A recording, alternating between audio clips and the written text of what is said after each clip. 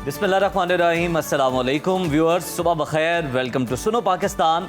एक नए दिन, नई सुबह और नए जज्बे के साथ आपके सामने हम मौजूद हैं। मैं हूं ज़हर मलिक और मेरे साथ हमेशा की तरह मौजूद हैं नजफ राजा। गुड मॉर्निंग नाज़रीन, ज़बरदस्त होंगे आप लोग और आपका दिन अच्छा गुजर रहा होगा, यही उम्मीद है आपसे और दुआ है कि आज का दिन आपके लिए खुशियों, सुकून और कामयाबी से भरपूर हो। हमेशा की तरह आज का शो भी आपके लिए बहुत ख़ास होने वाला है, क्योंकि हम आपके लिए बहुत कुछ लेकर आए हैं।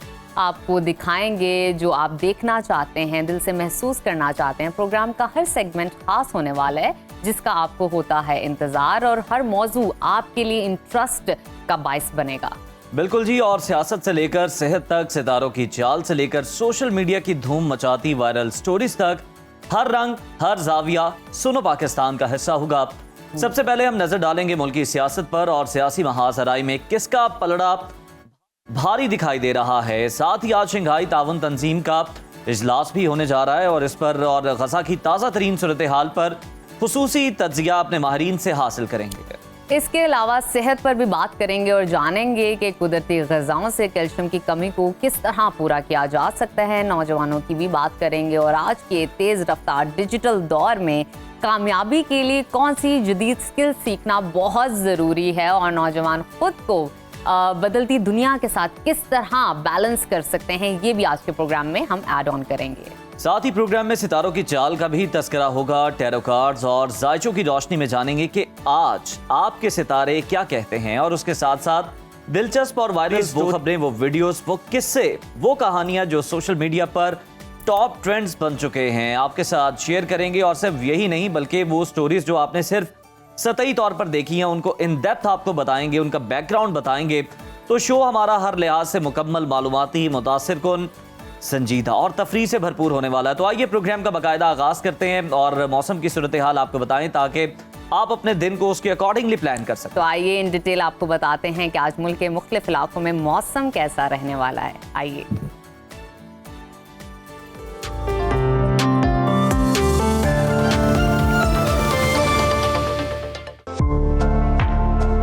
मुल्क भर में मानसून का नया स्पेल जोर पकड़ चुका है। मुख्तलिफ इलाकों में मूसलाधार बारिश के बाद जल थल एक हो गया है।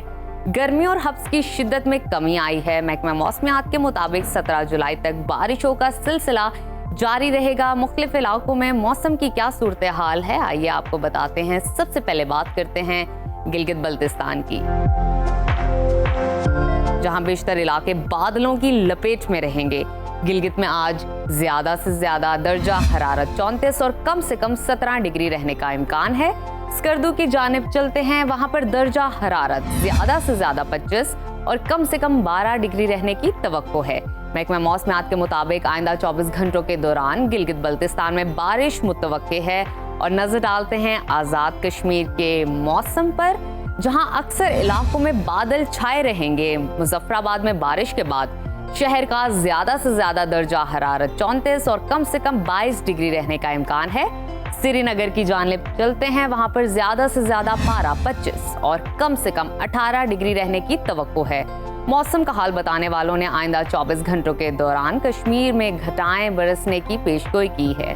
और अब आपके साथ शेयर करते हैं खैबर पख्तूनख्वा का मौसम, जहां बेशतर इलाकों में बादल छाए रहेंगे। पेशावर का दर्जा हरारत आज ज्यादा से ज्यादा 34 और कम से कम 26 डिग्री रहने का इम्कान है। सवात की जानिब चलते हैं, जिसको पाकिस्तान का स्विट्जरलैंड कहते हैं। वहां पर ज्यादा से ज्यादा पारा 23 और कम से कम 15 डिग्री रहने की तवक्को है। आइंदा 24 घंटों के दौरान सूबे के अक्सर अजला में बारिश मुतवक्के है, जबकि नदी नालों में तुगजानी और लैंडस्लाइडिंग का खदशा है। और अब आपको बताते हैं सुबह पंजाब का मौसम,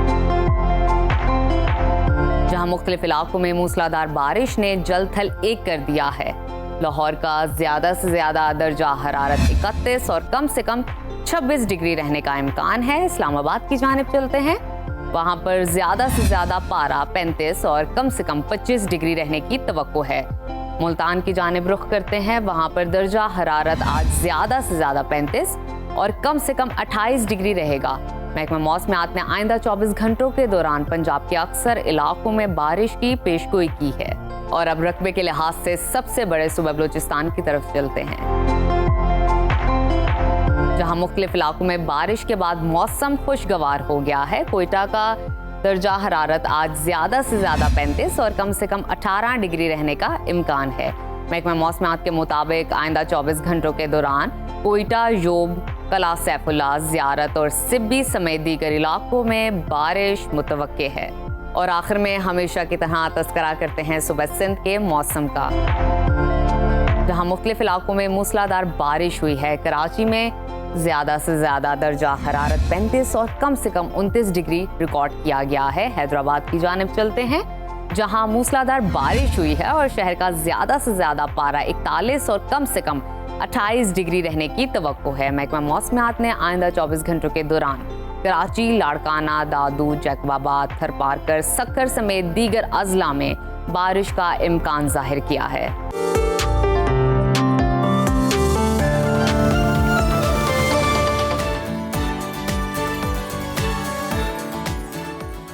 मुल्क भर में मानसून का नया स्पेल पूरी शिद्दत के साथ जारी है, जिसके बायस मुख्तलिफ इलाकों में कहीं तेज तो कहीं हल्की बारिशों का सिलसिला देखने में आ रहा है। कई नशेबी इलाके ज़ेर-ए-आब आ चुके हैं। मुतादिद मकामात पर बिजली की फराहमी मुअत्तल है, जबकि मामूलात ज़िंदगी भी बुरी तरह मुतासर हो रहे हैं। हैदराबाद में क्लाउड बर्स्ट की इत्तलात भी सामने आई हैं। ताहम महकमे मौसमियात ने इन खबरों की तरदीद करते हुए वाज़ेह किया कि ऐसी कोई मौसमियाती सूरत हाल रिकॉर्ड पर नहीं।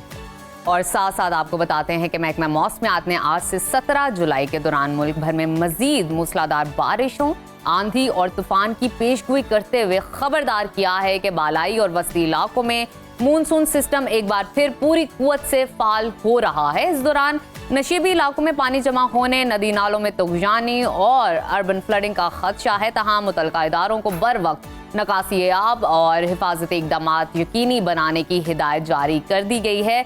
और इसी तमाम सूरत पर बात कर लेते हैं। इस वक्त हमारे साथ मौजूद हैं चीफ मेट्रोलॉजिस्ट ज़हीर अहमद बाबर साहब। बहुत शुक्रिया डॉक्टर साहब आपके वक्त का। सबसे पहला सवाल तो मेरा आपसे यही है कि आज से 17 जुलाई तक शदीद बारिशों की पेशगोई की गई है। ये स्पेल कितना ताकतवर हो सकता है और कौन से इलाके सबसे ज्यादा मुतासिर हो रहे हैं या आने वाले दिनों में हो सकते हैं? जी बिल्कुल, मॉनसून की हवाएं जो हैं मुल्क के ज्यादातर बालाई और वस्ती हिस्सों में दाखिल हो रही हैं और इस वक्त जो है मॉनसून के एक्टिव फेज में दाखिल हो चुके हैं, जिसकी वजह से मुल्क के सेंट्रल पार्ट्स में खासतौर पर जो पंजाब के जनूबी हिस्से हैं, वस्ती हिस्से हैं, जिसमें लाहौर, गुजरांवाला, ओकाड़ा, टीजी खान, मुल्तान, भावलपुर, भावलनगर, साहिवाल, इन तमाम इलाकों में आइंदा 24 से 48 घंटों के दौरान मूसलाधार बारिश का इम्कान है। इसी तरह सिंध के जो बालाई हिस्से हैं जिसमें सक्खर, लाड़काना, दादू, हैदराबाद, इन तमाम इलाकों में भी गरज चमक के साथ मूसलाधार बारिश का इम्कान है। इस मूसलाधार बारिश के बाद जो सिटी सेंटर्स हैं उनमें अर्बन फ्लडिंग का भी अंदेशा है।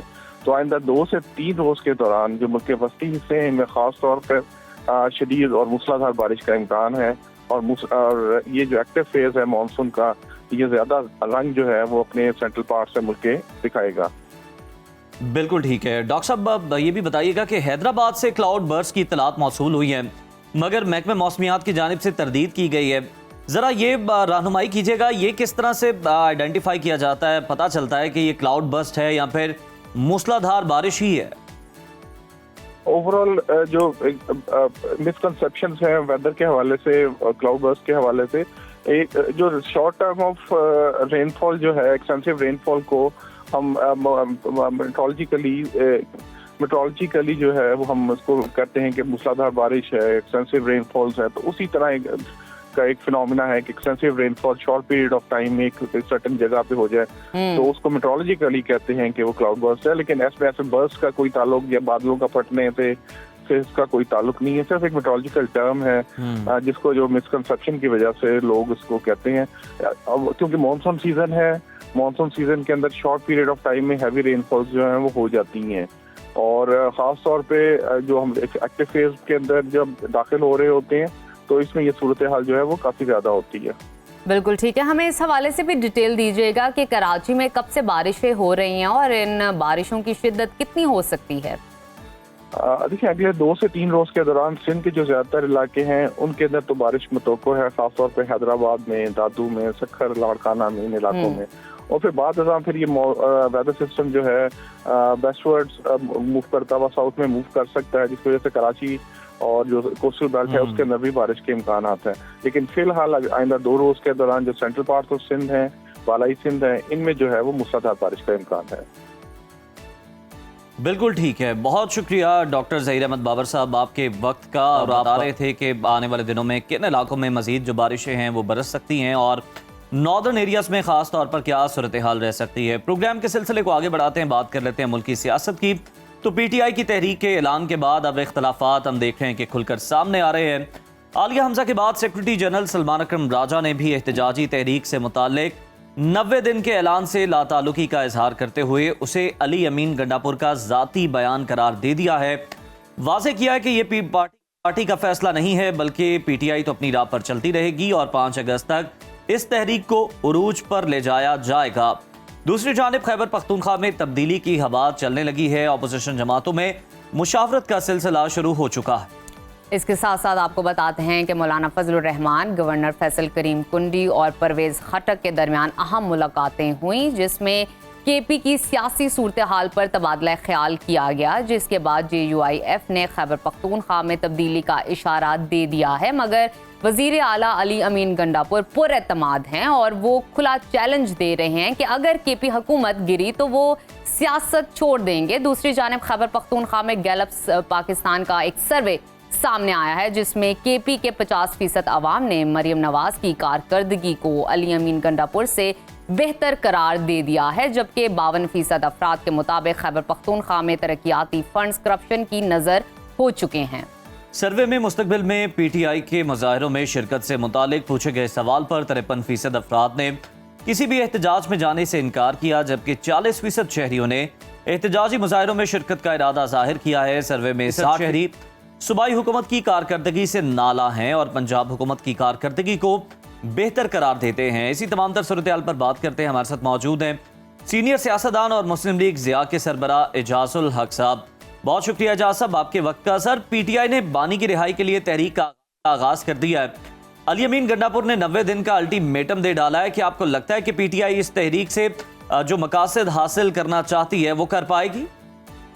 पहली बात तो बहुत शुक्रिया आपका बुलाने के लिए। देखें, हर चीज़ का एक मौसम होता है, यानी कि तरीके चलाने के लिए भी आपको बहुत सी चीज़ें देखनी पड़ती हैं। जैसे कि जब शुरुआत थी तो उस वक्त लॉन्ग मार्च किए गए और बड़े ज़ोर और शोर के साथ। फिर उसके बाद लाहौर में जलसा करने की कोशिश की, जिसकी इजाज़त तो नहीं थी, लेकिन फिर भी लोगों में बड़ा जोश और जज्बा था। अब कहीं नज़र नहीं आ रहा कि लोग तहरीक चलाने के लिए तैयार हैं। हाँ, गंडापुर साहब जो हैं वो KPK के अंदर जो है लोगों को मुतहर्रिक कर सकते हैं, जलसा कर सकते हैं। पंजाब में आकर उनके लिए जलसा करना, लोगों को मुतहर्रिक करना अब मुझे मुश्किल लग रहा है। यानी कि लोगों के अंदर वो जज्बा नहीं है कि तहरीक चलाई जाए, बल्कि जब उनके अपने लोग ये कहना शुरू कर दें जी कि आप मुज़ाकरात करें और मुज़ाकरात के जरिए रास्ता तलाश करें, तो फिर आम आदमी क्यों निकलेगा बाहर। अब उनमें से बड़े प्रोमिनेंट लोग हैं जिन्होंने बहुत लंबी जेलें काटी हैं। शाह महमूद कुरैशी साहब वाइस चेयरमैन है, फिर चौधरी एजाज, महमूद रशीद, यास्मीन राशिद और उमर चीमा, ये सब लोग काफ़ी अरसे से जेलों के अंदर हैं और इन्होंने बहुत मुश्किलात काटी हैं। वो समझ रहे हैं कि उनको भी ये पता लग गया है कि तरीक़ाकार जो हमारा है वो ठीक नहीं है और तरीक़ाकार वही होना चाहिए जो सियासी तरीक़ाकार होता है कि आप गुफ्तगू शनीद के जरिए रास्ता निकालें अपना। अच्छा एजाज साहब, अगर करंट सिचुएशन का खुलासा किया जाए तो गंडापुर के 90 दिन की तहरीक के ऐलान पर तहरीक इंसाफ ने लाताल्लुकी का इजहार कर दिया है और इसे गंडापुर का ज़ाती बयान करार दिया जा रहा है। PTI क़यादत तहरीक के मामले पर तकसीम का शिकार क्यों है? आपको क्या लगता है, इसकी वजह क्या है? वजह ये है कि देखें, हर जमात के अंदर कुछ लोग होते हैं जो ज़रा समझदार होते हैं, जो समझते हैं कि बातचीत के जरिए रास्ता निकालना चाहिए। अब जिन लोगों ने उन्होंने पार्टी से खारिज कर दिया, कल परसों जो ऐलान किया है 5 लोगों को, उससे पहले कुछ लोगों को निकाला, वो सब इसी चीज़ के हामी है कि बातचीत करें आप और ये जज्बाती अंदाज में मामला ना करें। अब देखें, गंडापुर साहब तो इसलिए नारे लगा रहे हैं कि वो वहाँ के चीफ मिनिस्टर हैं। अब आप बता दें मुझे कि वहाँ इनका सदर कौन है KPK का, किसी को अभी मालूम नहीं होगा, क्योंकि उसके पास कोई इख्तियार ही नहीं, लोग उसकी बात ही नहीं सुनते, ना उसकी बात हमने कभी टीवी में सुनी। हाँ, जब चीफ मिनिस्टर जो है वो कोई बात करेगा तो लोग उसको जरूर सुनेंगे, क्योंकि इख्तियारात उसके पास होते हैं। अच्छा सर, एहतजाजी तहरीक की अगर हम बात करें तो बानी के बेटे सुलेमान और कासिम की शिरकत का इंदिया दिया जा रहा है, बड़ी उस पर बात की जा रही है। सलमान अकरम राजा साहब ने भी कहा, क्या आपको लगता है कि उनकी शिरकत से तहरीक इंसाफ पर जो है वो मौरूसी सियासत का जो इल्ज़ाम लग रहा है वो सही भी साबित हो जाएगा और बानी के बेटों की शिरकत से PTI की तहरीक में कुछ जान पड़ सकती है? देखिए, पहली बात तो मुझे नहीं लगता कि वो आएंगे पाकिस्तान। अच्छा। और दूसरा ये कि ये सारी क्या सराइयाँ हैं, मतलब अपना हमारे जो खबरें देने वाले लोग हैं जो बाहर बैठकर खबरें देते हैं, ये उनका इख्तरा है, उनकी ज़हनी इख्तरा है उनकी। और यहाँ अगर उन्होंने इस गर्मी के अंदर तहरीक चलाना कोई आसान काम तो नहीं है। और दूसरा मैं समझता हूँ कि वो वहाँ के मतलब साजिशों को छोड़कर यहाँ उनका आना, जब तक वज़ीर-ए-आज़म रहे इमरान खान साहब तब पाकिस्तान आए वो 1-2 मरतबा, लेकिन इतना लंबा उनका यहाँ पे स्टे नहीं था कि वो यहाँ पर रह सकते। तो ये मेरे ख्याल में उनको आने की ज़रूरत भी नहीं है और उनको चाहिए ये कि आना भी नहीं चाहिए मेरे ख्याल में। और कोई ऐसा रास्ता देखना चाहिए जिस रास्ते से अच्छे अंदाज में कोई रास्ता निकल सके। बिल्कुल ठीक है। अच्छा एजाज साहब, अली अमीन गंडापुर के हवाले से बात कर लेते हैं। उनके हवाले से ये एक तासुर पाया जा रहा है कि वो दोनों तरफ खेलने की कोशिश कर रहे हैं, वो जारहाना और जज्बाती रवैया अपनाकर PTI को नुकसान पहुंचाने की भी कोशिश कर रहे हैं। ये तासुर आपको क्या लगता है कितना हकीकत के करीब है? ये मैं तो जितना उनके साथ इंटरेक्शन रहा है, खास तौर पर 26वीं तरमीम के दौरान जो कमेटी बनी थी जी, उसमें अगर कुछ लोग थे जो सेंसिबल बात करते थे, जो रास्ता बात करते थे, उनमें से मेरे ख्याल में ये सबसे पेश थे। सही। और ये चाह रहे थे कि बातचीत हो। और ये पहले शख्स थे जिनको मैंने देखा कि उन्होंने कहा कि भाई 9 मई के अंदर जो लोग जो शामिल हुए थे, जिन्होंने वो जलाओ गिराव किया था, इन्होंने इतराफ़ किया इस बात का कि ये हमारे लोग हैं, हम इनको ओन करते हैं, लेकिन उनसे गलती हो गई है। ठीक है एजाज साहब, PTI एक तरफ तो एस्टेब्लिशमेंट और इदारों पर हम देखते हैं कि ताबड़तोड़ हमले कर रही है, दूसरी तरफ ये ऐलान भी हो रहा है कि वो सिर्फ एस्टेब्लिशमेंट से ही मुज़ाकरात करेगी। PTI इस तरह की बयानबाजी से क्या हासिल करना चाहती है? देखिए, वो तो मतलब एक बहाना है ना बातचीत ना करने का जी। और मालूम एस्टेब्लिशमेंट को क्या जरूरत है कि वो एस्टेब्लिशमेंट किसी सियासी जमात से बात करे। जब माजी में एस्टेब्लिशमेंट से गुफ्तगू होती रही, उस दौरान मुल्क के अंदर मार्शल लॉ था। आज एस्टेब्लिशमेंट जो है वो ना तो बात करेगी, और अगर वो उनसे कोई बात की भी जाएगी तो जिस तरह उन्होंने कहा कि जो खत मुझे लिखा था मैंने बगैर खोले आगे वज़ीर-ए-आज़म को भिजवा दिया जी, ये चीफ ऑफ आर्मी स्टाफ ने कहा था। तो इसलिए मैं समझता हूँ कि बातचीत के ही जरिए जो है वो रास्ता निकल सकता है। अच्छा एजाज साहब, लास्टली जरा ये भी कमेंट कर दीजिएगा कि खैबर पख्तूनख्वा में जो तब्दीली की हवा चल रही है, आपको लगता है अपोजिशन जमातें कामयाब हो पाएंगी अली अमीन गंडापुर की हुकूमत को हटाने में? उसकी जरूरत नहीं है कि एक हुकूमत जो चल रही है उसमें आप हर किस्म के लोग इकट्ठे करके एक नया PDM बना दें, जो कि जिसके बनने से मुल्क को फायदा नहीं नुकसान ही हुआ था, इकोनॉमी को भी नुकसान हुआ था। और एक बेयकीनी की जो फिजा पैदा करने के बजाय अली अमीन गंडापुर को भी चाहिए कि अपनी थोड़ी सी परफॉर्मेंस दिखाएं वहाँ पर, क्योंकि लोग अब बड़े मायूस हो गए। आपने भी सर्वे की बात की, उस सर्वे में भी ये बताया गया है कि पंजाब में काम बेहतर हो रहा है और ये नजर भी आ रहा है काम होते हुए। तो वहाँ पे बिल्कुल स्वाय मार कुटाई के और बड़के लगाने के कोई काम नहीं हो रहा। तो मैं समझता हूँ उन्हें चाहिए कि अपनी वजारत को ठीक से चलाएं और बाकी लोगों को भी साथ लेकर चलें, अपने लोगों को अकोमोडेट करें। वैसे भी इनके जितने पनाह गुज़ीर हैं जो दूसरे सूबों से भागे हुए हैं, सब वहीं रह रहे हैं, जाकर उन्होंने लंगर खोला हुआ है वहाँ पे और उनकी जो है वो खिदमत कर रहे हैं। तो उन्हें चाहिए कि मैं समझता हूँ कि इस हुकूमत को भी चलना चाहिए और ऑपोजिशन को भी नहीं चाहिए कि इसको गिराएं, क्योंकि ये अगर परफॉर्म नहीं करेंगे तो फिर आने वाले वक्तों में लोग जो है बैलेट के जरिए फिर जवाब देंगे। बिल्कुल बिल्कुल, आपने दुरुस्त फरमाया, बड़ा साहिब मशवरा भी आपने दे डाला। इजाजुल हक साहब बहुत शुक्रिया। और यकीनन अली अमीन गंडापुर साहब अगर चाहते हैं तो वो सियासी एजेंडा जो है अपना वो टो करें, उसे भी साथ लेकर चलें अगर वो चल सकते हैं निज़ाम हुकूमत चलाने के साथ साथ, और साथ ही पार्टी की जो तंजीम साजी है वो भी करें, कारकुनान को अपने साथ जोड़ें ना कि मुतनफ़र करें। और इस तरह से फिर अगर वो जनाब अपनी कारकर्दगी बेहतर करेंगे तभी जो खैबर पख्तूनख्वा की आवाम है वो अगले इलेक्शन में उनका इंतखाब करेगी, वरना नताइज बदल सकते हैं। और इसी के साथ अभी वक्त हुआ है छोटी सी ब्रेक का, आपने कहीं नहीं जाना, देखते रहिए सुनो पाकिस्तान। प्रोग्राम में आगे बढ़ेंगे और नज़र डालेंगे आलमी मंजरनामे पर। तो शंघाई ताउन तंजीम का वज़रा ख़ारजा इजलास चीन के शहर ताजुन में शुरू हो गया है, जो 16 जुलाई तक जारी रहेगा। इजलास में नायब वज़ीर आज़म और वज़ीर ख़ारजा इसहाक़ डार की क़यादत में पाकिस्तानी वफ़द शिरकत कर रहा है। इजलास की बात करें तो तमाम रुकन ममालिक चीन, Belarus, Pakistan, India, Iran, Kazakhstan, Kyrgyzstan, रूस, ताजिकिस्तान और उज़्बेकिस्तान के वज़रा ख़ारजा शरीक हैं। इस इजलास में भारतीय वज़ीर ख़ारजा जयशंकर भी शिरकत कर रहे हैं और तर्जुमान दफ्तर ख़ारजा के मुताबिक इजलास की साइड लाइन पर इसहाक़ डार की SCO के रुकन ममालिक के वज़रा ख़ारजा से 2 तरफ़ा मुलाकातें भी होंगी। ये इजलास आखिर कितनी अहमियत का हामिल है और क्या साइड लाइन पर पाक भारत वज़रा ख़ारजा के दरमियान कोई मुलाकात भी हो सकती है, इसी पर डिस्कशन कर लेते हैं। आलमी उमूर के माहिर सैयद मोहम्मद अली साहब ने हमें ज्वाइन किया है। बहुत शुक्रिया सर आपके वक्त का। ये फरमाइएगा कि शंघाई ताउन तंजीम के इजलास की इस वक्त क्या अहमियत है, ख़ास तौर पर जब दुनिया में हम देख रहे हैं कि जोग्राफियाई कशीदगी बढ़ती जा रही है। शुक्रिया जी, मैं समझता हूँ कि ये जो इसका टाइमिंग है ये बहुत ही अहम है।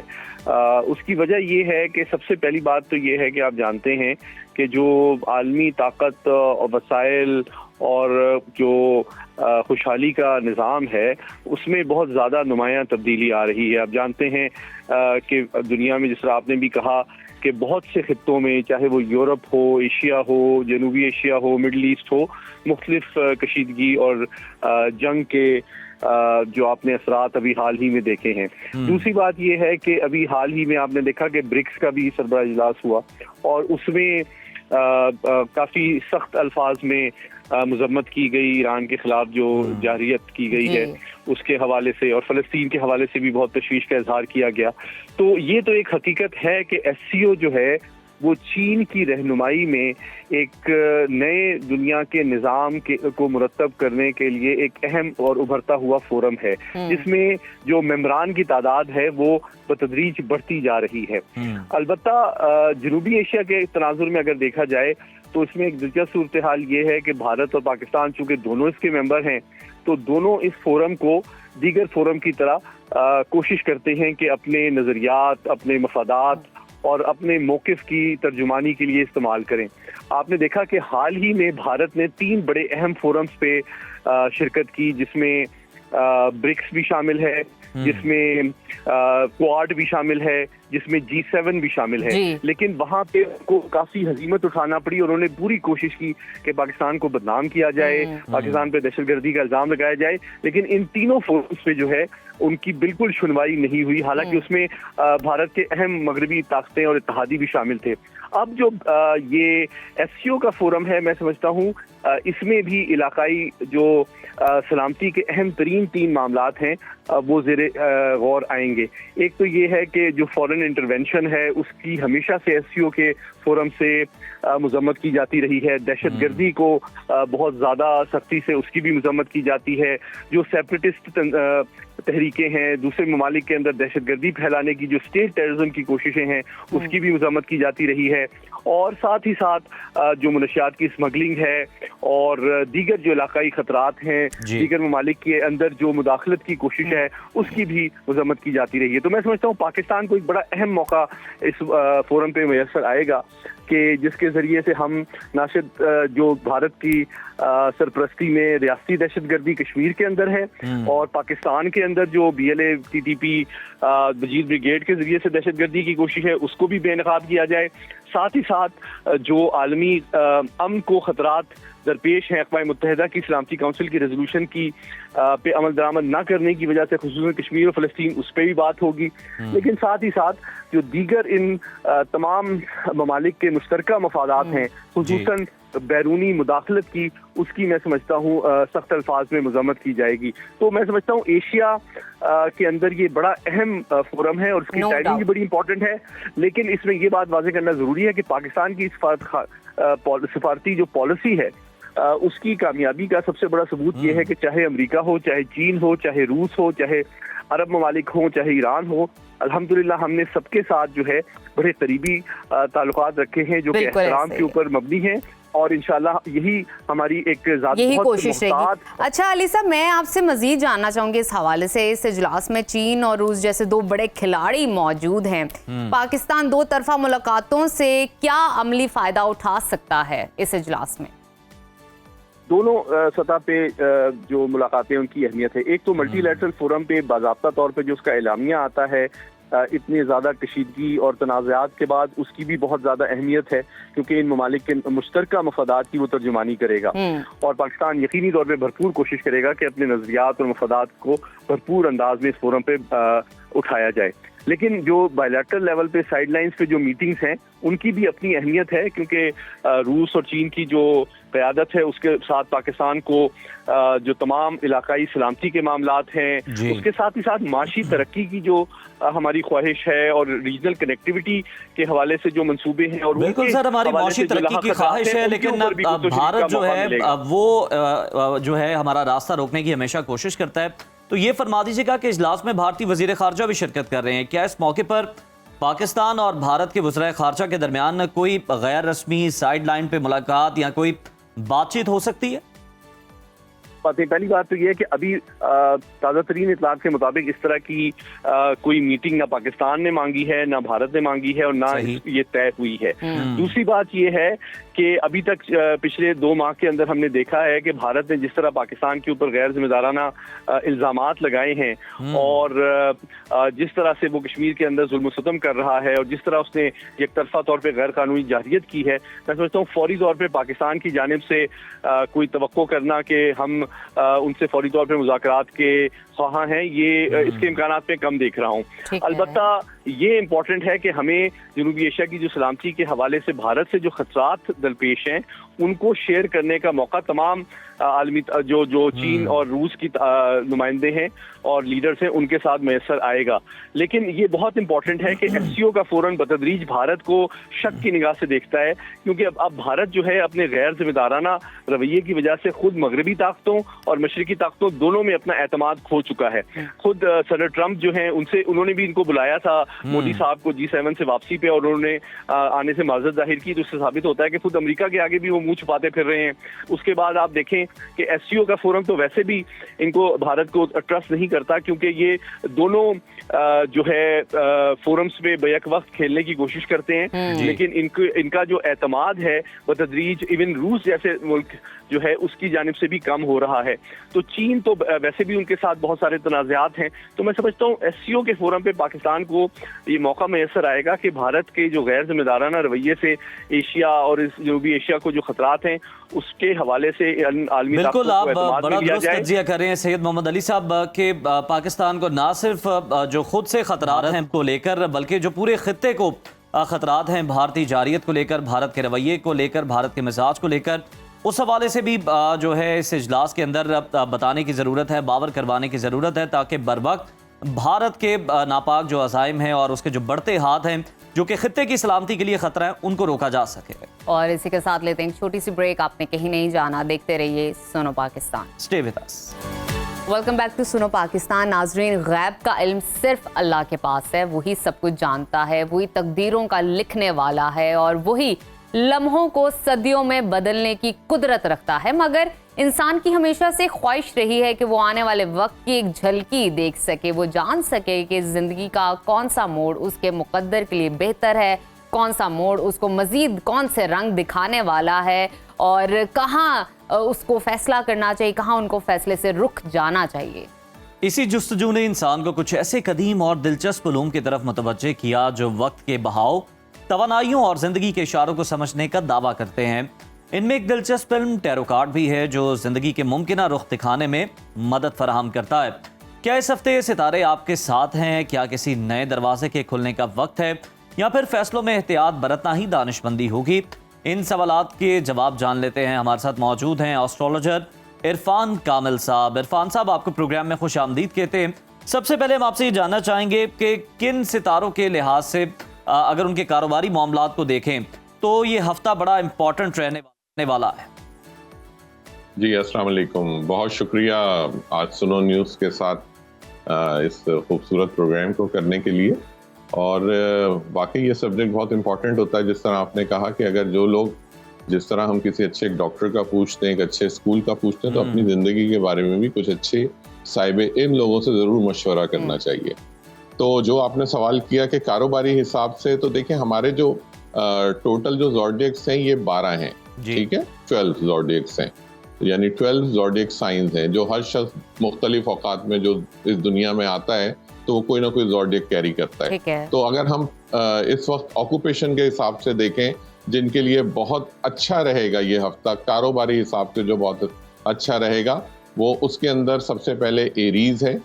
एरीज कौन लोग होते हैं? एरीज वो लोग हैं जिनकी डेट ऑफ बर्थ जो है वो 20 मार्च से लेके 19 अप्रैल तक फॉल करती है। ये वो लोग हैं एरीज।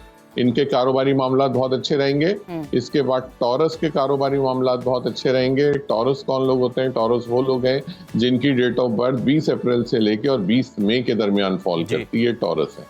तो इन लोगों के अच्छे रहेंगे कारोबारी मामला। जेमिनाइज के जो कि 20 मई से लेके और 20 जून तक जिनकी डेट ऑफ बर्थ फॉल करती है, वो लोग जेमिनाई होते हैं, जिसे आप जौजा भी कहते हैं उर्दू में।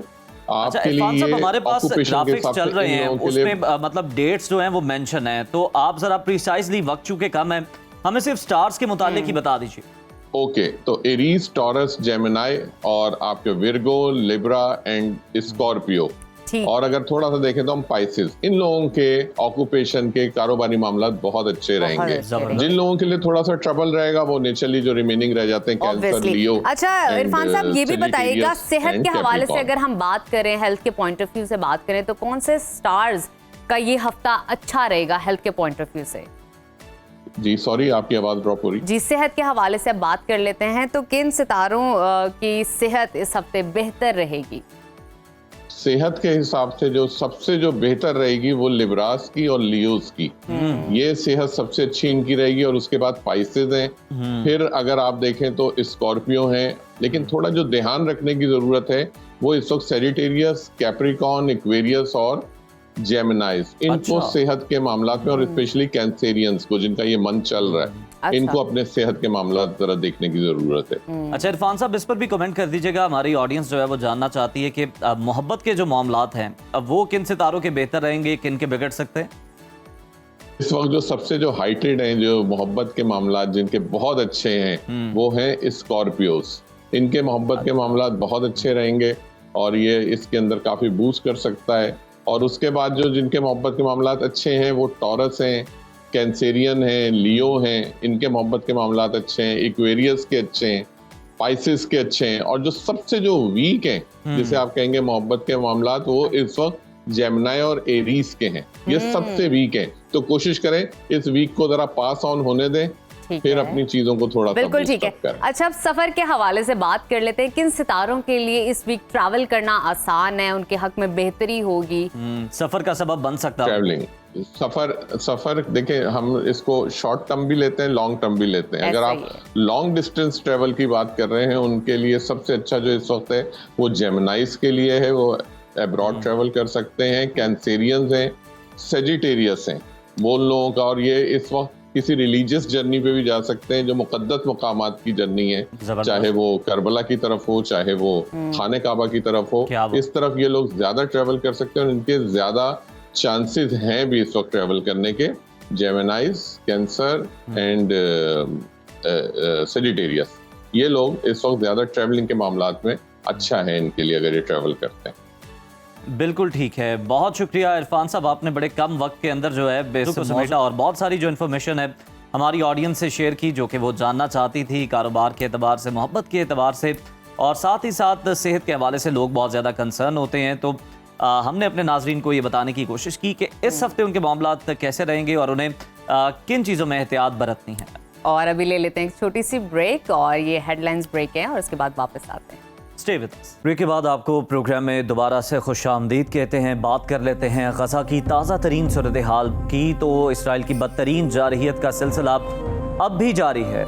सेहूनी फोर्सेस ने मजीद 12 फलस्तीनियों को शहीद कर दिया। 7 अक्टूबर 2023 से अब तक शहदा की तादाद 58,000 से बढ़ चुकी है, जबकि लाखों फलस्तीनी दरबदर हो चुके हैं। गजा में ईंधन की अदम दस्तयाबी के बायस 7 इमदादी तंजीमों ने अपना काम बंद कर दिया है, अपने ऑपरेशंस को रोक दिया है, जिसकी वजह से सैकड़ों नौज़ायदा बच्चों की जिंदगियां खतरे में पड़ गई हैं। अक़वाम मुत्तहिदा की तंजीम यूनिसेफ के मुताबिक गजा में अब तक हर रोज़ औसतन 27 फलस्तीनी बच्चे शहीद हो रहे हैं। अक़वाम मुत्तहिदा के मुताबिक गजा बच्चों और भूखे अफराद का कब्रिस्तान बन चुका है, जहां रवा साल में तकरीबन 800 फलस्तीनी इमदाद की तलाश में शहीद हो चुके हैं। गजा में जंग बंदी की उम्मीदें भी दम तोड़ रही हैं। कुछ दिन पहले अमेरिकी सदर की जानिब से ये दावे किए जा रहे थे कि गजा में जल्द जंग बंदी का मुआहदा हो सकता है, क्योंकि इसराइल की सख्त शराइत और गजा पर कब्जा बरकरार रखने की सख्त शराइत और हटदर्मी के बायस जंग बंदी में डेडलॉक की खबरें सामने आ रही हैं। फ़लस्तीनी इस्लामिक जहाद तंजीम के डिप्टी सेक्रेटरी जनरल मोहम्मद अल हिंदी ने अल जजीरा को बताया कि गजा जंग बंद मुज़ाकरात तातुल का शिकार हैं और इस तातुल की वजह इसराइल जारियत के खात्मे की यकीन दहानी है। इसराइली फ़ौज के इनखला और गजा में इमदाद की तकसीम के मामले पर इख्तिलाफात हैं। गैर मुल्की मीडिया के मुताबिक हमास ने भी इसराइली अफवाज के इनखला का नक्शा मुस्तरद कर दिया है, क्योंकि इस नक्शे के मुताबिक रफा और गजा के दीगर इलाकों समेत तकरीबन 40% गजा इसराइल के ज़ेरे कब्जा रह जाता है। उधर अमरीकी अखबार न्यूयॉर्क टाइम्स ने गजा में जंग तवील होने का जिम्मेदार इसराइली वज़ीर आज़म को करार दे दिया है। नेतन्याहू ने अपनी हुकूमत बरकरार रखने की खातिर जंग बंदी मुस्तरद की। जंग बंदी के बाद नेतन्याहू को इलेक्शन में शिकस्त हो जाती तो करप्शन का वो मुकदमा फिर से खुल जाता, जिसका नेतन्याहू को 2020 से सामना है। इस पर डिस्कशन कर लेते हैं। हमें ज्वाइन किया आलमी उमूर के माहिर प्रोफेसर नईम जफर साहब ने। बहुत शुक्रिया प्रोफेसर साहब आपके वक्त का। सर, अमरीकी सदर ट्रंप ये दावा कर रहे थे कि गजा में जल्द ही जंग बंदी हो जाएगी, मगर अभी तक हम देख रहे हैं कि इसराइली दहशतगर्दी का सिलसिला उसी तरह से चल रहा है और फलस्तीनियों का कत्लेआम जारी है। गजा में जंग बंदी में आखिर रुकावट है क्या?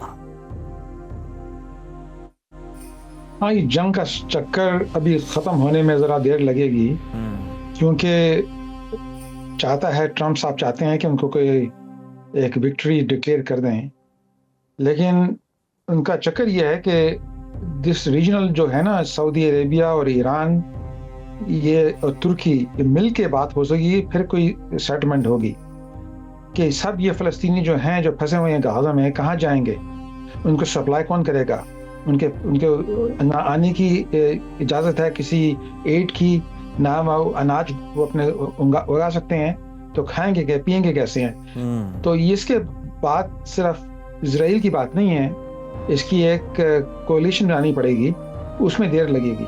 अनफॉर्चुनेटली वो हालात बहुत ख़राब हैं, लेकिन अच्छे होने का ताल्लुक नहीं है, कुछ महीने लग जाएंगे इसको ठीक करते करते। लेकिन ट्रंप के साथ कुछ लेवरेज है।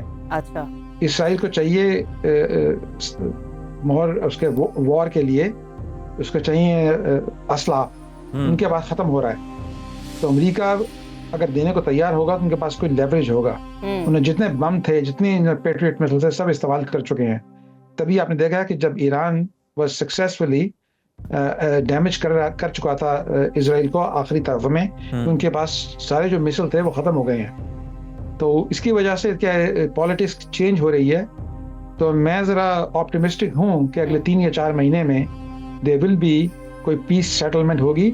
सऊदी अरेबिया, ईरान, तुर्की सब इसमें पार्टिसिपेट करेंगे। अच्छा, हमें नईम साहब ये भी बताइएगा, हमास और इसराइल के दरमियान मुज़ाकरात कतर, अमेरिका और मिस्र की सालसी में हो रहे थे, जो तातुल का शिकार हो गए हैं, और डेडलॉक की सबसे बड़ी वजह इसराइली इनखला और जंगबंदी की टाइमलाइन है। अमेरिका और कतर इसराइल शराइत नरम कराने में नाकाम क्यों हुए? अमेरिका की चक्कर है ना कि इसके पास इतनी वो फंसे हुए हैं यूक्रेन में भी, उसके साथ ईरान के साथ भी उनका चक्कर हो रहा है, वहाँ भी फंसे हुए हैं। ये फिर ऑल जो टैरिफ लगा रहे हैं हर मुल्क के, उसमें से भी डोमेस्टिक रेजिस्टेंस भी है, इंटरनेशनल रेजिस्टेंस भी है। अगर एक काम सही कर रहे होते तो फिर कुछ प्रोग्रेस हो सकती थी। उसने अपने आप में 6 जगह पे घुसाया हुआ अपने आप को, तो इसकी वजह से भी ये स्लो डाउन है। अब देखें ना, अब जब ट्रम्प साहब गए थे सऊदी अरेबिया और दुबई और कतर, वो जो थे मुस्लिम लीडर ने वो चाहते तो उनको प्रेशर कर सकते थे कि अपने डील बनानी है तो गाजा के लिए कुछ सोल्यूशन करो, लेकिन उन्होंने कोई इसके बारे में सोचा नहीं, कोई प्रेशर नहीं किया टू आवर नॉलेज। वो अपने इस चक्रों में रहते कि हमारा कैसा उनसे सिलसिला हो जाए ट्रम्प साहब के साथ। तो मेरी डिसअपॉइंटमेंट ये भी है कि जो मुस्लिम लीडर्स हैं उस गल्फ कंट्रीज में, अरब कंट्रीज में, उन्होंने कोई लेवरेज नहीं किया ट्रम्प को, हालांकि उनके पास लेवरेज था। इसकी क्या वजह है? तो इसमें ये है कि ये डिसअपॉइंटमेंट है कि मुस्लिम जो है अपने आप को नहीं कर रहे, मदद नहीं कर रहे फ़लस्तीनियों की। ना किसी मुल्क ने कहा कि मैं लेने को तैयार हूँ। अपने इजिप्ट ने, यानी जॉर्डन ने, इजिप्ट ने, सीरिया ने, किसी ने ऑफर नहीं किया कि हम ले लेंगे फ़लस्तीनियों को अपने जगह पे या कुछ अरेंजमेंट करेंगे। I think things will get worse before they get better, लेकिन अगले 3-4 महीने में पॉसिबिलिटीज हैं, डायनामिक्स चेंज हो रहे हैं वैसे। अच्छा प्रोफेसर साहब, न्यूयॉर्क टाइम्स की रिपोर्ट को डिस्कस कर लेते हैं। इसके मुताबिक नेतन्याहू अपनी हुकूमत बचाने के लिए जंग को तूल दे रहे हैं। नेतन्याहू जंग को तूल देकर कौन से सियासी मकासद हासिल करना चाहते हैं, और क्या जो उन पर करप्शन का मुकदमा है वो इतना संजीदा है कि उससे बचने के लिए भी, उससे राह फरार इख्तियार करने के लिए भी वो लिंगर ऑन कर रहे हैं, मामलात को तूल दे रहे हैं जानबूझकर? वैसे नेतन्याहू के पास एक बहुत अच्छा, मैंने एक शिफ्ट देखा है उसकी टोन में। लेकिन ना, अब तक वो हमेशा अपोज करता था, 2 स्टेट के सोल्यूशन को मानता ही नहीं था, लेकिन पिछले हफ्ते में उसकी टोन चेंज हुई है। अच्छा, कि अगर किसी हिसाब से अगर एक सियासत बन सकती है जिसमें फ़लस्तीनियों की स्टेट सेपरेट हो जाए, they want to have all the control of the defence, लेकिन कम से कम उनकी सेल्फ गवर्नेंस की बात हो सकती है। आप देखें ना, इसने जो जंग में हाथ किया है ईरान के साथ, उसके पॉलिटिकल स्ट्रेंथ हो गई है। उसके जो मुकदमे उसके खिलाफ लगे हुए थे, उनकी बात लोग नहीं कर रहे। तो आई थिंक नेतन्याहू अपने सियासी तौर पे अपने फ्यूचर को बचाने के लिए अब प्रपोज करेगा 2 स्टेट सोल्यूशन का। It be limited 2 state, not like the previous offer we had from Jimmy Carter and other presidents, Bill Clinton. लेकिन उसकी शिफ्ट हुई है टोन में, तो इसलिए मैं ऑप्टिमिस्टिक हूँ कि अगले 2-3 महीने में कोई फ़लस्तीनियन स्टेट की बात हो सकती है। ट्रम्प भी इसके बारे में जरा सपोर्ट कर रहा है। So this is the shift which was not possible. Netanyahu gained the political strength. Now he can implement something like this. ठीक है। अच्छा नईम साहब, ये भी बताइएगा कि गजा के बहरान ने रफा क्रॉसिंग के सबब मिस्र के लिए सिक्योरिटी और सिफारती दबाव बढ़ा दिया है। अगर इस्राएली नक्शे के तहत 40% गजा इस्राएल के कंट्रोल में रह जाता है, तो मिस्र और उर्दन की सलामती पर इसके क्या असरात पड़ेंगे? या वो उसका ह्यूमैनिटेरियन क्राइसिस क्रिएट हो जाएगा। लेकिन ना, 2 मिलियन लोग आप घुसा रहे हैं 40% एरिया में, आपने जैसे कहा है, तो it's gonna be very difficult. वो परमानेंट जैसे सेटलमेंट होती है रेफ्यूजीज की, वो बनाने की बात कर रहे हैं। ठीक है, ये लॉन्ग टर्म सोल्यूशन नहीं हो सकता। ये लोग ना, उनके पास ना वो अपने फसल उगा सकते हैं, ना उनके पास एड बाहर से आ सकती है, यानी कि वो प्रिजन कैंप बना दिया तकरीबन। तो ये 40% की जो बात कर रहे हैं ये लोग, बहुत ही डेंजरस बात है। मेरे ख्याल में इंटरनेशनल कम्युनिटी में काफी इसका रेजिस्टेंस आएगी। फिलहाल तो वो मूव फॉरवर्ड कर रहे हैं जी, पर मेरे ख्याल में प्रॉपर सेटलमेंट इज रीच्ड। ये 40% इलाके में जो कैदी बनवाने वाले हैं, ये नहीं, this can not stand, this is very dangerous, it be terrible humanitarian conditions.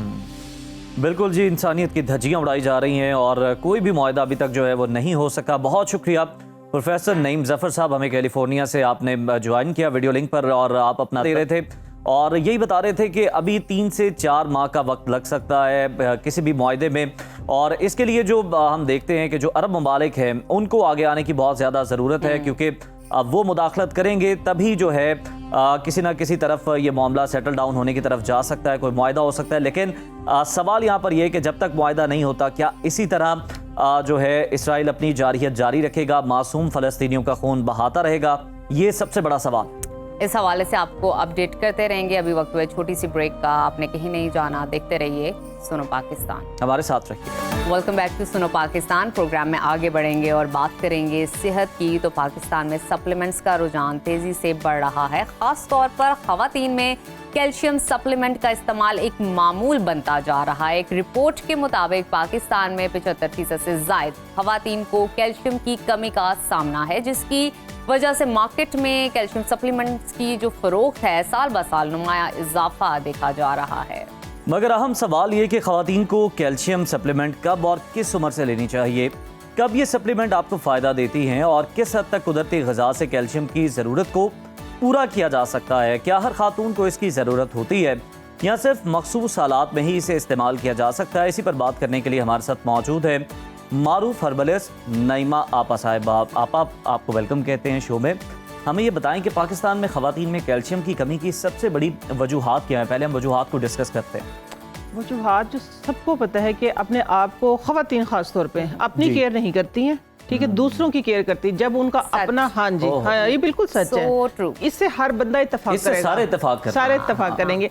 क्योंकि देखिए, सबसे पहले अगर एक खातून सेहतमंद है तो फिर आपका घराना भी सेहतमंद है। जैसे वो नेपोलियन का मुझे एक वो माकुला याद आ रहा है कि if you give me a good mother I will give you a good nation. तो देखिए, वो पढ़ी लिखी माँ की बात कर रहा है, लेकिन मैं इधर एक हेल्दी माँ की बात कर रही हूँ। अगर घर की आपकी खातून जो है, अहले खाना जो है, घर की जो घर को चला रही है, अगर वो सेहतमंद नहीं है तो फिर वो आप लोगों का ख्याल भी नहीं रख सकती। वो अपना ख्याल ना रखने की उसकी वजह क्या है कि वो सिर्फ घर वालों का ख्याल रख रही होती है। तो मैं सब खवातीन से ये रिक्वेस्ट करूंगी कि एटलीस्ट अपना ख्याल आप जरूर रखें। कैल्शियम, देखें, कैल्शियम है, फास्फोरस है, मैग्नीशियम है, कुछ ये पूरी एक जो हमारी बॉडी है ना, जो एक इमारत ये खड़ी है, ये हर एक इसमें मादनियात की, आयरन की, हर चीज की हमें जरूरत है। तो खवातीन में अमूमन जो कमी देखी जाती है वो इसलिए देखी जाती है, जो मेरे मुशाहिदे में आए, वो कि वो अपना ख्याल नहीं रखती हैं। सीधी सिंपल बात जो है, ना दूध लेती हैं। हम समझते हैं कि अगर हमने कभी 1 कप दूध ले लिया तो लो हमारा कैल्शियम पूरा हो गया। एक और बड़ी वजह है आपा कि अपना जो खवातीन अपना ख्याल रखती है ना, उनमें गिल्ट फैक्टर आता है। हाँ, कि यार हम घंटा आराम हमने कर लिया, एक्स्ट्रा हम सो गए, हमारे बच्चे किधर हैं, बच्चे किधर हैं, ये तो हमने किसी को बोलते हैं, मतलब गिल्ट में पड़ जाते हैं। अगर कोई खवातीन अपना ख्याल रखे, वो उनको गिल्ट होने लग जाता है कि हम क्यों ख्याल रख रही हैं, कि सोच नहीं टाइम जाया कर दिया हमने अपना ख्याल, हमने टाइम जाया कर दिया अपना ख्याल। हम बहुत सारे काम कर सकते हैं, हम बहुत सारे काम कर सकते नहीं। उसके अलावा मैं बात करती हूँ कि 1 कप अगर आपने दूध ले लिया, आप समझते हैं कि बस मेरा कैल्शियम पूरा। जैसे ही जब हड्डियां भुरने लग जाती है ना आपकी, जब हड्डियां कमजोर होने लग जाती है, बैठ जाती है, क्योंकि देखिए पहले जमानों में खुराक खालिस थी। औरतें सिर्फ हमारे जहन में ये आता है कि हमने दूध पीना है, अंडे खाने हैं और ये इससे हमारा कैल्शियम पूरा होगा, जबकि इससे कैल्शियम नहीं पूरा होता। पहले खवातीन बिल्कुल कैल्शियम इससे पूरा नहीं होता। आप समझते हैं कि हो गया। आप वजूहात बहुत सारी हैं, लेकिन हमें पता है कि आपके पास इलाज जो है वो हर सूरत होगा। टेबल पे भी चीजें हैं, हमें बताइए कि इसका इलाज क्या है? आसान सा और सादा। आसान और सादा, इतना सादा कि आप सब हैरान हो जाएंगे। ऐसा इलाज लेके आई हूँ मैं, और मुफ्त का, अन्ना एक नहीं लगना। पहले मैं हमेशा रेमेडी बताती हूँ 2 रुपए में, 10 रुपए में, 5 रुपए में, लेकिन आज बिल्कुल मुफ्त। मुझे भी सादा तरीन लग रहा है, सादा तरीन है आज।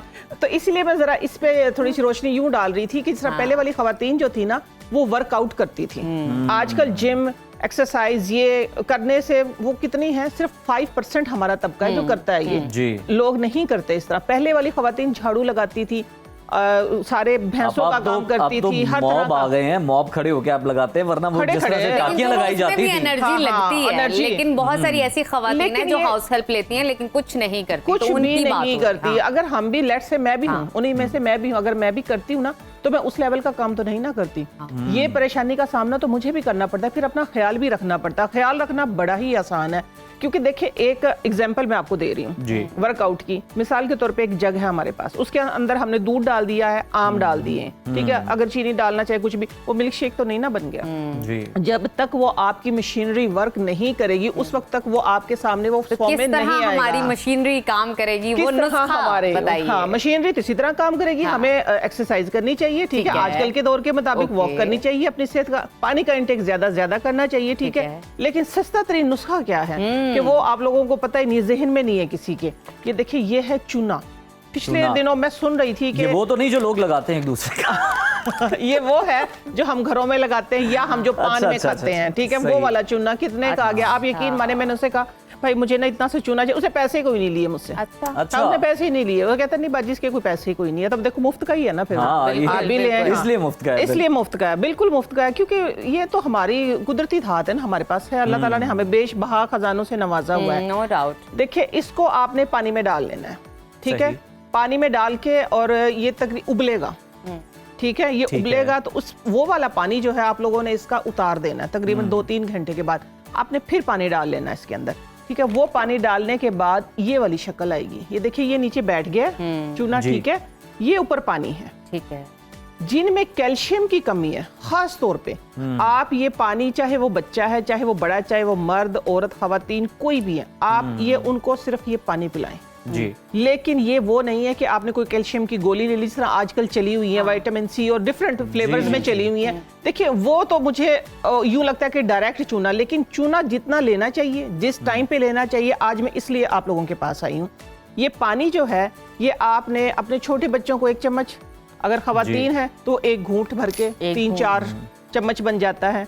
और दूसरा ये कि चूना भी लेने का तरीका मैं बताऊंगी और किस टाइम पे लेना है। ये देखें, बिस्मिल्लाह, इसलिए मैं आज छोटा चम्मच लेके आई थी।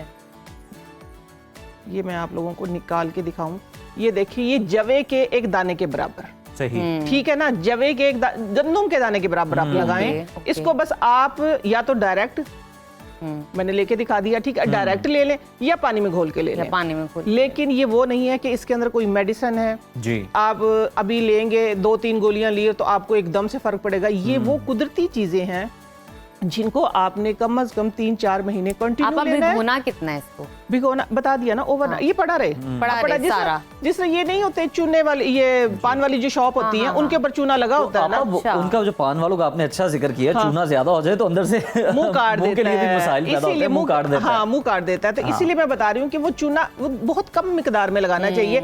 अमूमन आप लोगों ने देखा जो पान खाने वाले हजरात हैं, वो पीले नहीं होते, सिगरेट वाले पीले हो जाते हैं। वो उनके जो ब्लश कर रहा होता है, ठीक है, सिर्फ उसके अंदर जो एक मुज़र चीज जो होती है ना, उस पे इंशाल्लाह पूरा प्रोग्राम करेंगे, वो टोबैको होता है। वो उसके अंदर जो हम डालते हैं ना, उसके लिए अपनी उस पूरा करने के लिए तंबाकू जो है वो सेहत के लिए अच्छा नहीं होता। लेकिन चूने में, उसमें पान में और कोई चीज बुरी नहीं है। पान सेहत के लिए अच्छा, चूना सेहत के लिए अच्छा, कत्था सेहत के लिए अच्छा, उसके अंदर सौंफ जो वो से गुलकंद, सारी चीजें अच्छी हैं। वो इंशाल्लाह बकायदा दूध भी मिला रहे होते हैं, वो दूध मिला रहे होते हैं, उसका बकायदा एक पूरा प्रोसेस है, वो अच्छा है। लेकिन ये है कि उसमें जो एक चीज जहर डाल देते हैं वो जहर है। लेकिन बहुत सारी रसीली भी तो डाली जाती है, वो भी नुकसानदेह है। मतलब मीठा पान खा लें, पहले देखते थे कि कुछ लोग खास तौर पे जो कराची की नानी दादियां होती थी, पानदान उन्होंने साथ रखे होते थे। हाँ, पानदान। मैं चाहता हूँ कि वो रिवायत आप किसी दिन जिंदा करें, करेंगे इंशाल्लाह। पान बनाना भी सिखाएं, छालियां काटें, इधर मैं आपकी मदद करवाऊं। जिस तरह आप लोगों ने पोल बनाया था ना कि आपस से क्या चाहिए, इंशाल्लाह मैं खुद ही बता देती हूँ। उसमें सबसे पहला आंसर कि मैं इंशाल्लाह अगर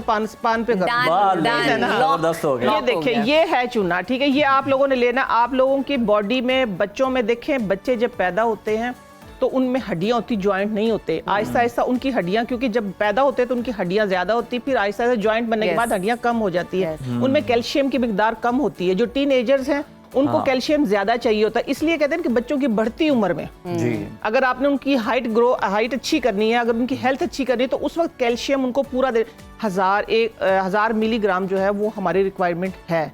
लेकिन जो ये चूना है, ये आजमाया हुआ है और बहुत दफा आजमाया हुआ है और बहुत पुराना, मैं तो सुनती भी आ रही हूँ और होता भी था घरों में इस्तेमाल। हमारी जो ताई चाचियां भी थी, यानी नानी दादियां, तो एक दूर की बात, उनके घरों में होता था चूना, चटा देती थी अक्सर, कहती थी अच्छी चीज होती है। ऊपर पानी आया होता था, चम्मच भर के पिला देती थी। ये जो गोलियां हैं जो आप बता रही हैं कि वो भी चूना ही होता है, तो वो चूना देखिए, उसके अंदर वो चूना खालिश नहीं होता। ये मैं चूना आपके पास खालिश लेके आई हूँ, बिल्कुल सही प्योर, ठीक है। उसके अंदर मेडिसिन होती हैं, उसके अंदर मेडिसिन होती हैं। अच्छा, साथ में ये टाइम ना खत्म हो जाए, एक और चीज से मैं आप लोगों को करवाऊंगी मुतारिफ। कैल्शियम का बिग सोर्स है, विटामिन सी और कैल्शियम है इसमें। क्या है ये अपना आंवला के 8 पीस, यानी 2 आंवला बन जाएंगे, ठीक है। ये टूटा हुआ है ना, आंवले के 2 पीस आप लोगों ने रात को सिंपल पानी में भिगो के इसको रख देना है, इसी तरह मोटे ही ये फूल जाएंगे। चम्मच मारना है, सुबह हिला के ये पीछे नीचे पड़े रहे, आपने वो पानी पी लेना है। इतना मैं बताती हूँ इसका असर है, आपकी हड्डियों में दर्द है, हड्डियों में कड़कड़ की आवाजें आ रही हैं, आपकी आईसाइट वीक हो रही है, आपके पट्टे कमजोर है, आपके बच्चे कमजोर हो रहे हैं, ये उनके लिए बहुत बेहतरीन गिज़ा है। जबरदस्त, बहुत। सेकंड मैं आपको बताऊंगी कि ये देखें, इससे कोई भी नावाकिफ नहीं है, साबूदाना। हाँ, इसका नाम बेचारे का जब आता है ना, जब फौरन से बीमार जहन में आता है कि कोई यहाँ कोई बीमारी होगा जो साबूदाने की खीर बन रही है। लेकिन बेशक इसमें साबूदाने में निशास्ता ज्यादा, कार्बोहाइड्रेट्स ज्यादा हैं, बट जिनको मैंने बहुत दफा आजमाया है और बहुत लोगों को बताया भी, जिनकी हड्डियों में से, जॉइंट्स में से कैल्शियम खत्म हो जाता है ना, और टक टक की आवाजें आती हैं, हड्डियां आपस में रगड़ रही होती हैं, लुब्रिकेंट खत्म हो जाता है, आप यकीन माने, आप सिर्फ इसका पाउडर बनाएं, सादा बिल्कुल, इसको ग्राइंड करके फाइन पाउडर बन गया, गरम दूध लिया, उसके अंदर 1 चम्मच मिक्स किया, मिक्स करके आप पी लें। लगातार आप 15 दिन पिए, फिर 10 दिन का गैप दें, फिर 15 दिन पिए, आपका ये वाला जो ये खत्म हो गया ना, फ्लूट खत्म हो गया, ये वापस आ जाएगा। ये इतनी जबरदस्त चीजें, ये कुदरत की आम सी, और मैं बताती हूँ हमारे आस पास, मैं सिर्फ ड्राई फ्रूट आज इसलिए नहीं लेके आई कि ड्राई फ्रूट का, सब्जियों का, अमूमन हम सुनते ही रहते आप सबको पता है। ये आपने वैसे नुस्खा बता के बड़ा नेकी का काम भी किया। हाँ। मसाजिद में जाते हैं तो जरा बड़ी उम्र के जो लोग हैं उन्हें बड़ा मसला होता है नमाज पढ़ने में, खड़े होकर। जी, वो आप बड़ी उम्र के छोड़े, आप बच्चों को, यंगस्टर्स को आजकल देख लें, उनके घुटनों में दर्द है, उनके घुटनों में दर्द है, घुटनों में दर्द है, अजीब व गरीब बात नहीं, उनके घुटनों में तो का दर्द है, वो कहते उठ के काम ही ना करें हम, सच्ची में बता रही हूँ, उनके तो इतनी भी नहीं है जितनी आफत पड़ गई है ना बच्चों को। नहीं, वो कहते हैं रेस्ट, इसको मैं रिफाइन कर देता हूँ, आराम पसंद है, आराम पसंद है उनको तो। नहीं, वो शिकायत करते हैं कि हमारे घुटनों से आवाजें आ रही हैं, और आती भी हैं, मैंने खुद भी सुनी है। देखिए आवाजें अगर सुनी भी आपने सुनी, आपने कहा सुनी, मेरे इर्द-गिर्द यंगस्टर्स होते हैं, ऑब्वियसली आपकी फैमिली में होते हैं, सुनने वाला, अच्छा बच्चे हैं, बड़े हैं, कोई भी सुन, आप अपने घुटने पे हाथ रखिए और उसको थोड़ा सा यूं करें, आवाज सबकी आती है, वो कुदरती है। अच्छा, ठीक है, वो से हमें ब्लैकमेल करते हैं कि हमारे घुटनों में से आवाज आ रही है, इमोशनली ब्लैकमेल करते हैं, लेकिन बहाना खत्म करें उनका, ठीक है, उनको ये दें, ये खत्म हो जाएगा मामला, ये चूना दें, ये दें। अब तुम लोगों का इलाज मेरे पास आ गया है। सिंघाड़े दें, अब नहीं बचोगे, पाउडर दें, बादाम दें, ड्राई फ्रूट, अब ये बहाने नहीं चलेंगे। ठीक है, ये मैं बताती, ये सारी सादा सादा सी मुफ्त की चीजें हैं।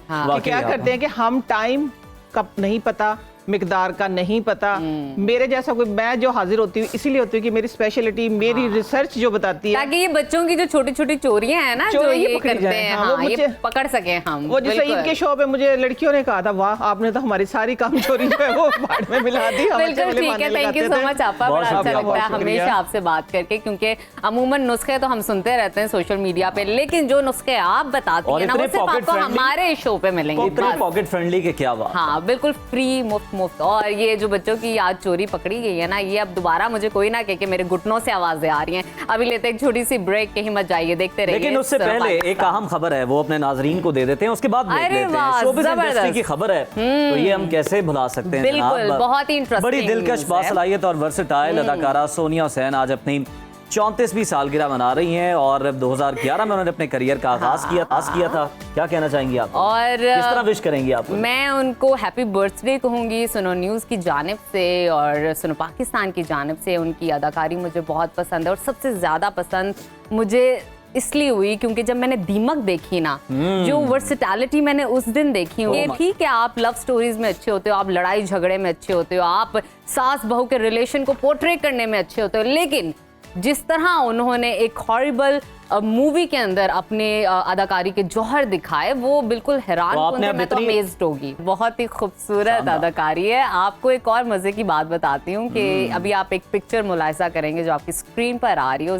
ज़ाहिर की मुलाकात भी हुई थी, शायद अपनी मुलाकात के बारे में बताइए। नहीं, मैंने फोटोशॉप नहीं करवाई, कंफर्मेशन हकीकत है। और देखें, आपको पता है हमारा काम इस तरह का है कि हमारी भी शोबिज़ की जितनी भी शख्सियात है, पर्सनैलिटीज है, उनसे मुलाकात होती रहती है।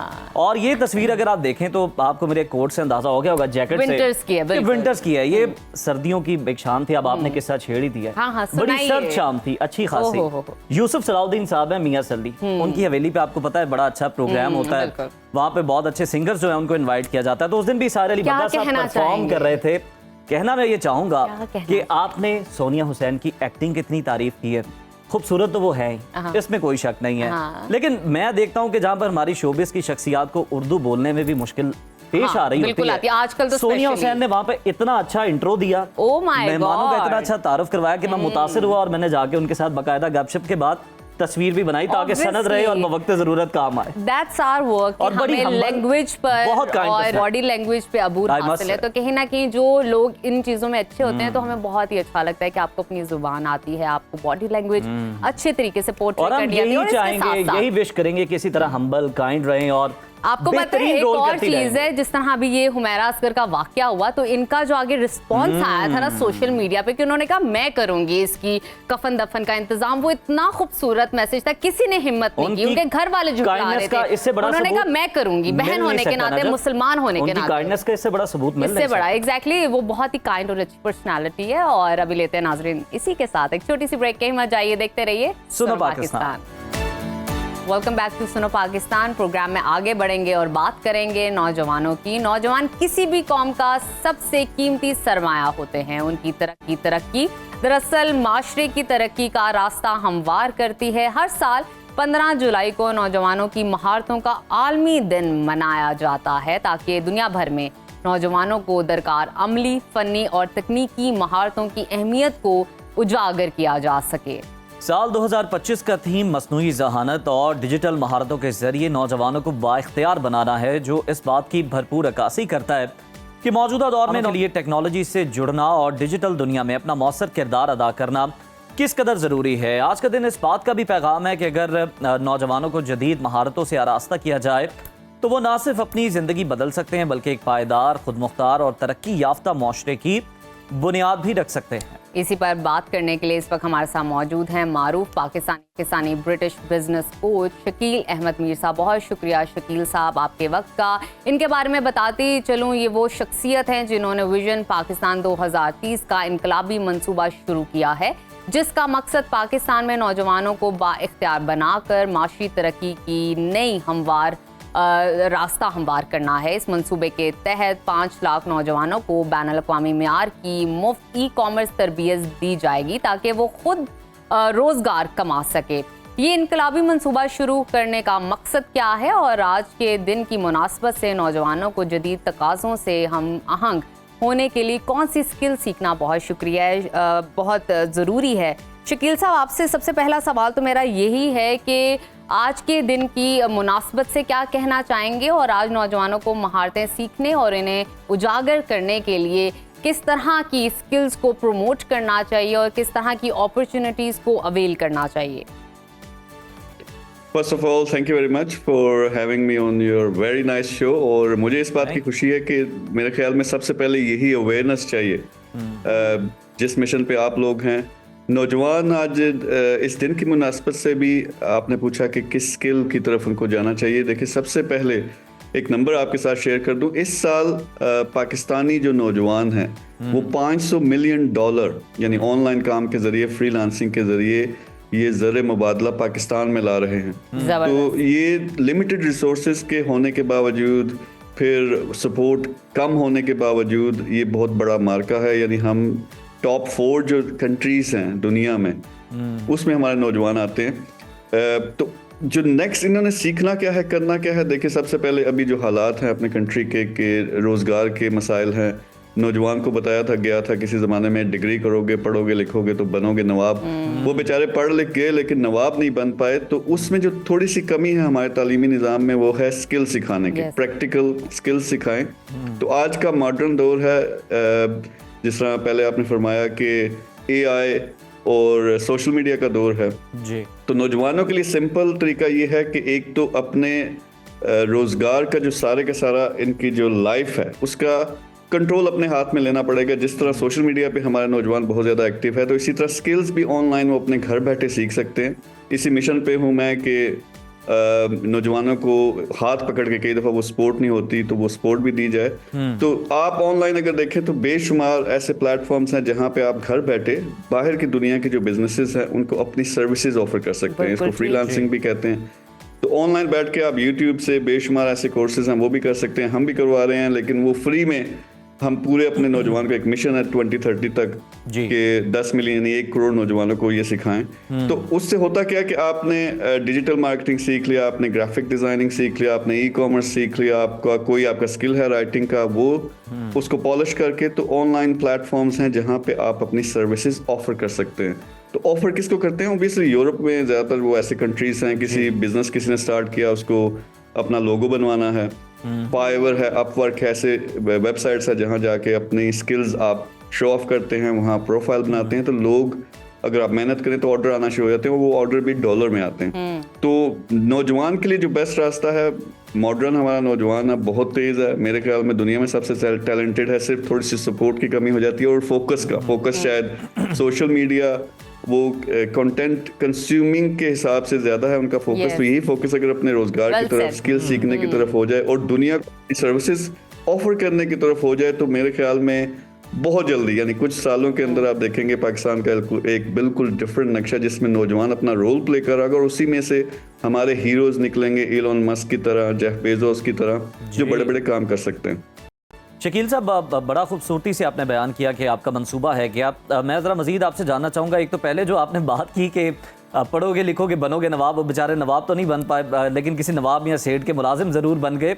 हमें ये बताइए कि जो आपका विजन 2030 है, ये जो आपका मंसूबा है, इसके अंदर बड़ी अच्छी आपके पास एग्जांपल्स आ रही होंगी, बड़ी डिफरेंट स्टोरीज आ रही होंगी, बड़े यूनिक लोग आ रहे होंगे।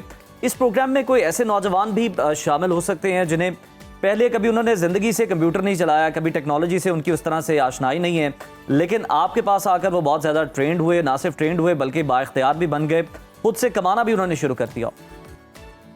जी बिल्कुल, मैं एक एग्जांपल देता हूँ।